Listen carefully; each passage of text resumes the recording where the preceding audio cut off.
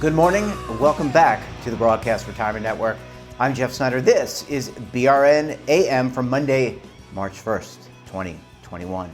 And our top story today, fostering a financially secure and mission-ready military force.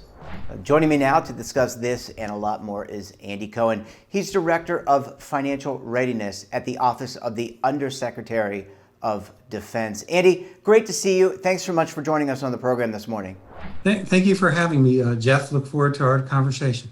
Yeah, this is amazing. And look, we have talked to some military members on the program, but what I'm real excited about is to hear about what you and the military, what the Department of Financial Readiness is going to be doing to improve financial literacy for our active military and their spouses and other folks. So why don't we get started?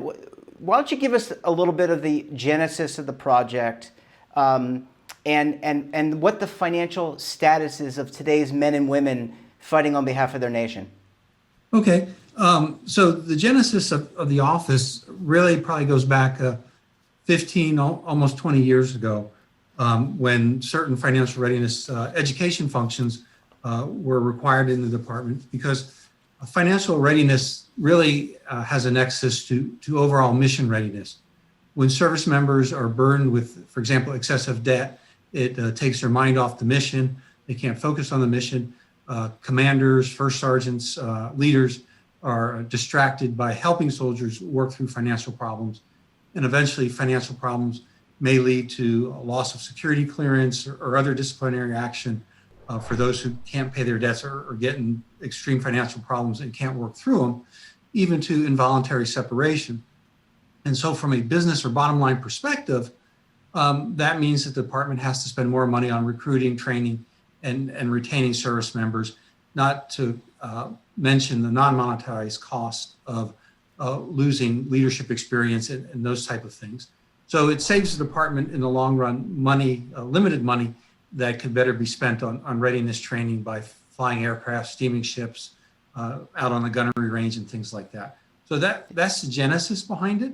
The most recent push or update to it is a result really of the fiscal year 2016 National Defense Authorization Act that implemented the blended retirement system. And one of the recommendations from the commission that studied the transfer to the system was that the department would need to expand the scope of financial literacy training provided and the frequency. And that's what Congress did when they enacted the law, the current law in 2016, fiscal year 2016. Yeah, and Andy, do you have a sense for how, I know you talk about the burden that financial pressures can place, and I think it's not dissimilar to what's happening in the business world. If you are bothered by a debt or payment or paying off a student loan, it can be certainly burdensome to your work. I think the major difference here is that people have their lives on the line and they're fighting to protect the United States. But do you have a sense for the financial status of many of our military members? Yes, so I do. As a matter of fact, one of the requirements from Congress is that we do an annual survey on the financial literacy and preparedness of the force. And we submit that report to Congress every year. And the last survey indicated that 72% of the force felt comfortable in their financial condition over the last 12 months. Another interesting statistic was that I had it here right here, that about 78% have some level of emergency savings. And what's really interesting is when we ask the question of emergency savings, we don't start with a $400 amount. We go in terms of months, because really that's important. Do you have enough to cover so many months of expenses? And 66% indicated they had 1 month or more, and 33% indicated 3 months or more of savings. So I think that is a lot better than the civilian, the overall U.S. population. So that speaks to that. But that's not to say that there aren't individuals who have challenges and who are in those lower percentages of not having financial emergency savings and not feeling comfortable. And so we continue to work with those members to get them to where they need to be. Yeah, I mean, those numbers comparatively to the civilian workforce, or civies, is much better. Let me ask you a question, Andy. In terms of this financial readiness program, how are you thinking about delivering this? Because unlike a business or a not-for-profit or a hospital, higher ed, which may have one or multiple campuses, maybe domiciled here in the U.S., you have military members that are all around the globe. They're serving in the Middle East. They're serving in Africa, various continents. How are you thinking about delivering the program to improve financial literacy and readiness?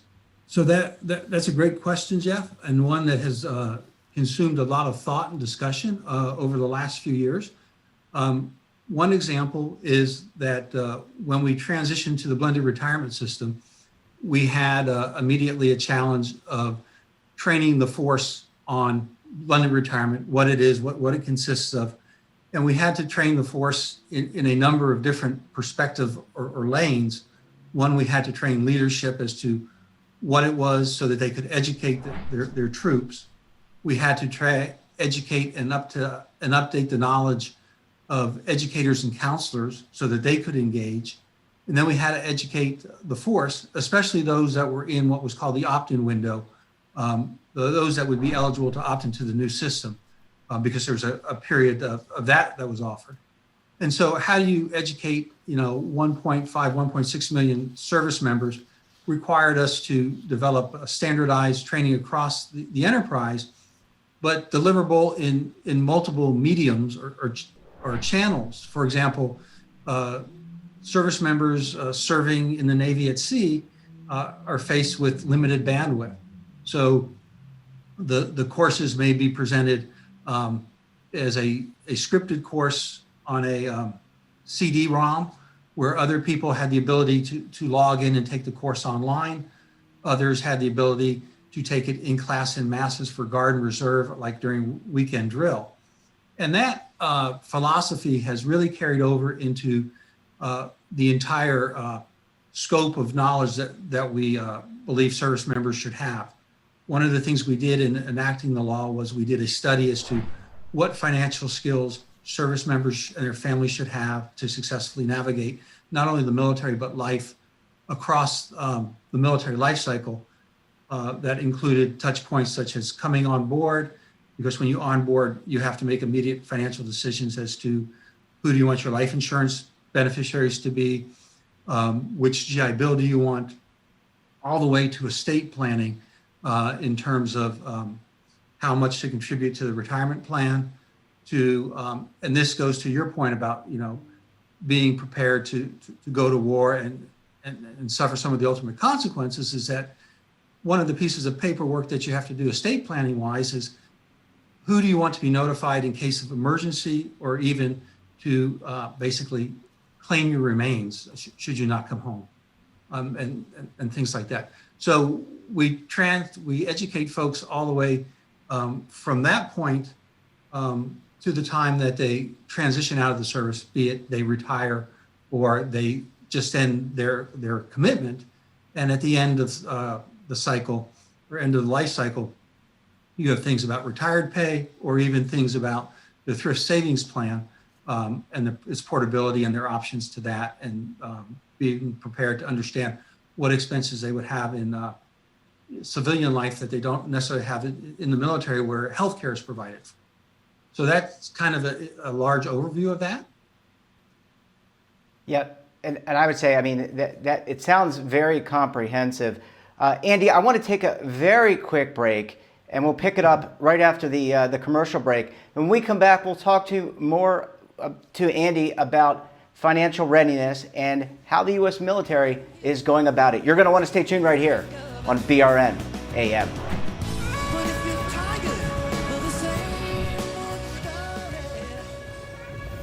Imagine a new television network that will make you richer, healthier, and in control of your financial future.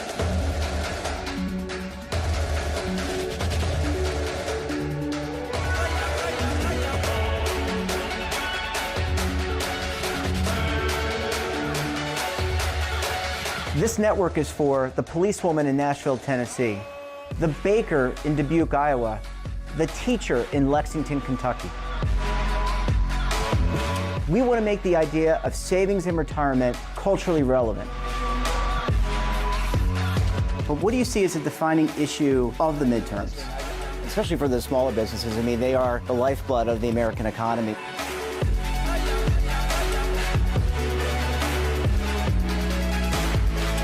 Featuring exclusive interviews, current affairs, and docuseries. 33 years old, you retired early. The philosophy is money only matters if it helps you live a life that you love. But you got to start thinking about retirement as soon as you get in. The Broadcast Retirement Network will drive very high engagement with premium partnerships. So this isn't retirement and savings for your parents or grandparents. This is for all Americans. And we're going to change the way you think about money.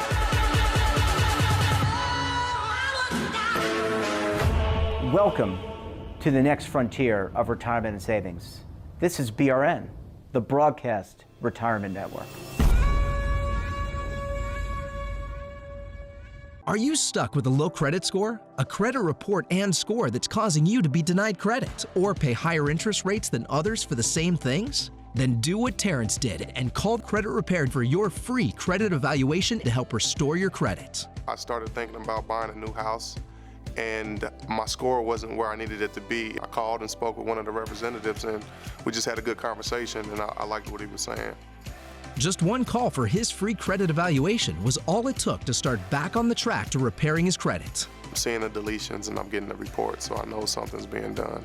It does make a difference to me. All it takes is one call to get started. Credit Repair has given me a second chance to have a better credit score. Don't let a low credit score hold you back another day. Do what Terrence did and make the call for your free credit evaluation. Call 800-819-4152. That's 800-819-4152. Again, 800-819-4152. Welcome back. We're talking to Andy Cohen, the Director of the Office of Financial Readiness at the Office of the Undersecretary of Defense. Andy, thanks so much for staying with us this morning. Pleasure. Yeah. So let's talk about, you mentioned the blended retirement system. Let's talk about how the Federal Thrift Savings Plan, or the TSP, kind of fits in there, because you talk about the pension, there's a blended system, you've got this defined contribution. Some in the military, or even if this is their first job, may not even understand what a defined contribution or the TSP is. So how does that kind of integrate in terms of financial planning? So that's a great question, and one that is always subject to how does this work again kind of thing. So prior to the blended retirement system, we had a cliff retirement system, defined benefit, and that is, your benefit is defined based on your number of years of service, just like any employer who might still have such a plan, times a multiplier. And in the legacy system, it was a 2.5% per year after 20 years, cliff vesting, and only about 15% of the force qualified for that. Under the blended retirement system, there's still the defined benefit part, but the multiplier is now only 2%, still paid after 20 years, but now there is a component of the defined contribution plan, which is a thrift savings plan, which includes a government match. And the government match will go up to 5% based on service members contributing 5% to their funds. So the important thing about the TSP component of the BRS, a blended retirement system, is that is portable. That is the service members to take after 2 years after vesting into the system. So anyone who serves more than 2 years, decides to get out, will always have a little bit of retirement nest egg to take on to their next employer. So those are some of the big differences. But some of the challenges related to that was not only educating, as we talked about earlier, the folks on the plan and what it is, but also what the thrift savings plan is and how it operates, and some of the fund choices and some of the basics of investing for your retirement, which were things that the department really didn't have to do under the old retirement system.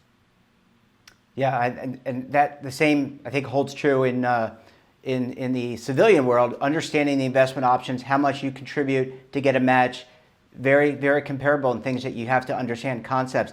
Andy, is this program just available, the Financial Readiness Program, is it just available for our military members, or can spouses, partners, family members, retirees have access to this very important financial education? So that great question. The law requires that the department provide financial training to service members, provides counseling to service members and spouses. But most of what we have and what we've developed in terms of educational materials we make publicly available to anyone who wants to see them, review them, learn from them. And we have a couple of resources. We have our financial readiness website, FinRed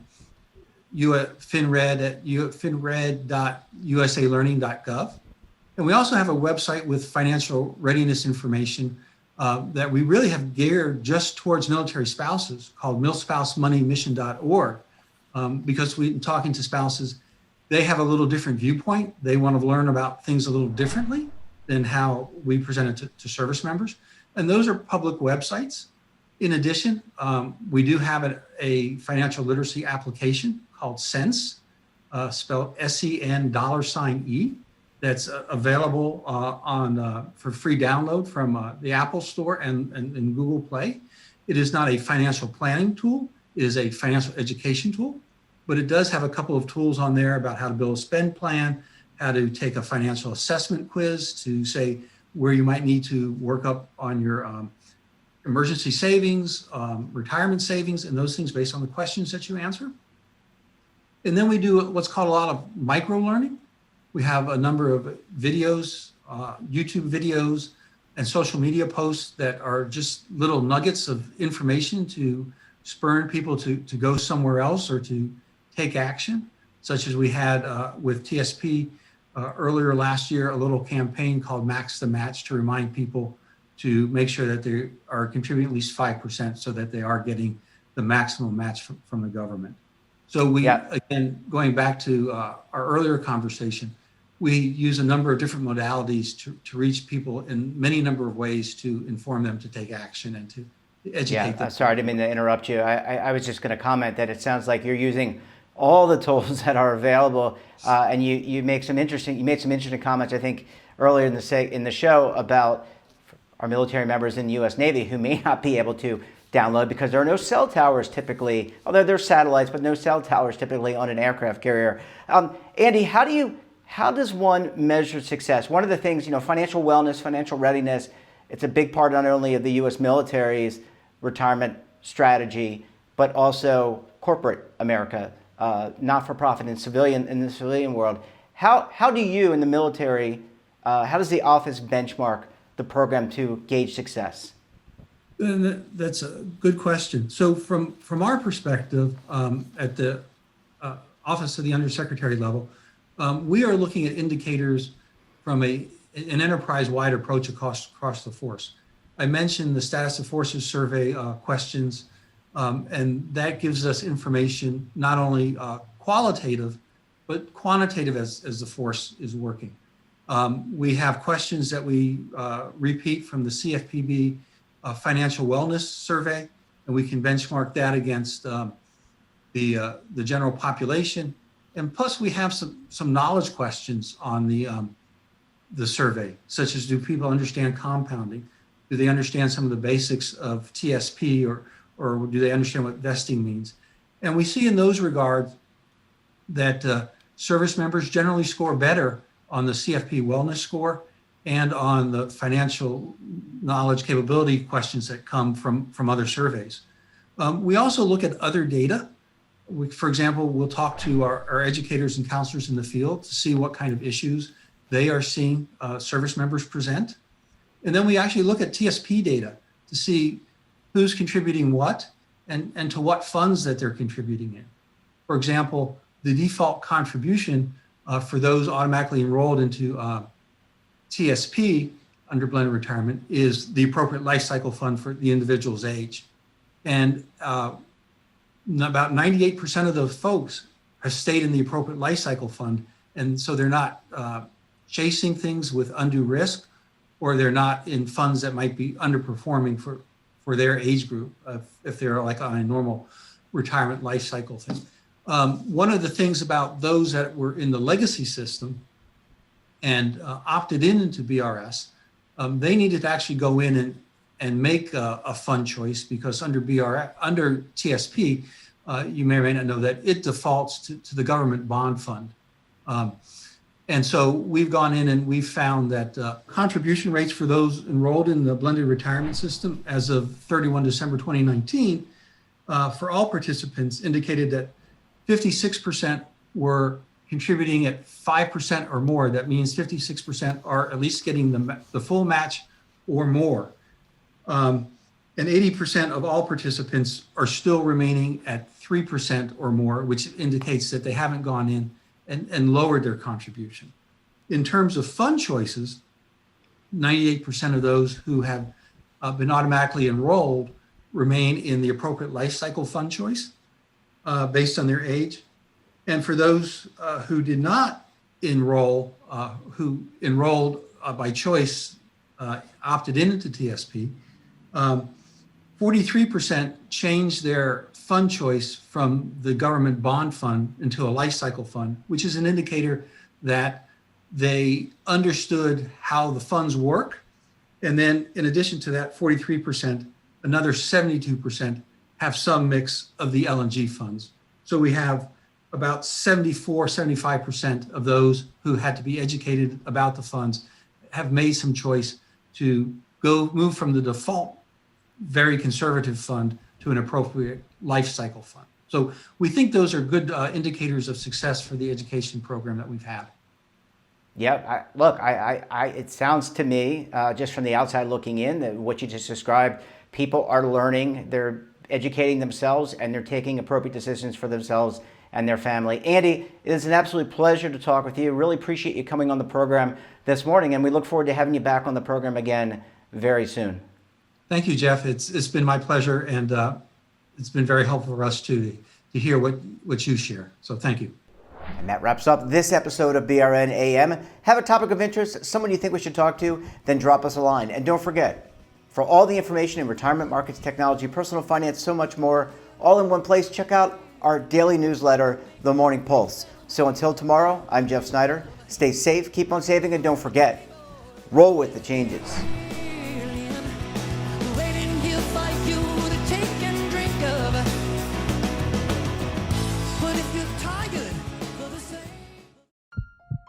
Are you being audited, and do you owe the IRS $10,000 or more in back taxes? Is the IRS threatening to take more of your money? Don't fight the IRS alone. The Tax Doctor is here to help you negotiate your tax bill and reduce your stress. The IRS can freeze your assets and seize your bank accounts, but you can stop these IRS actions.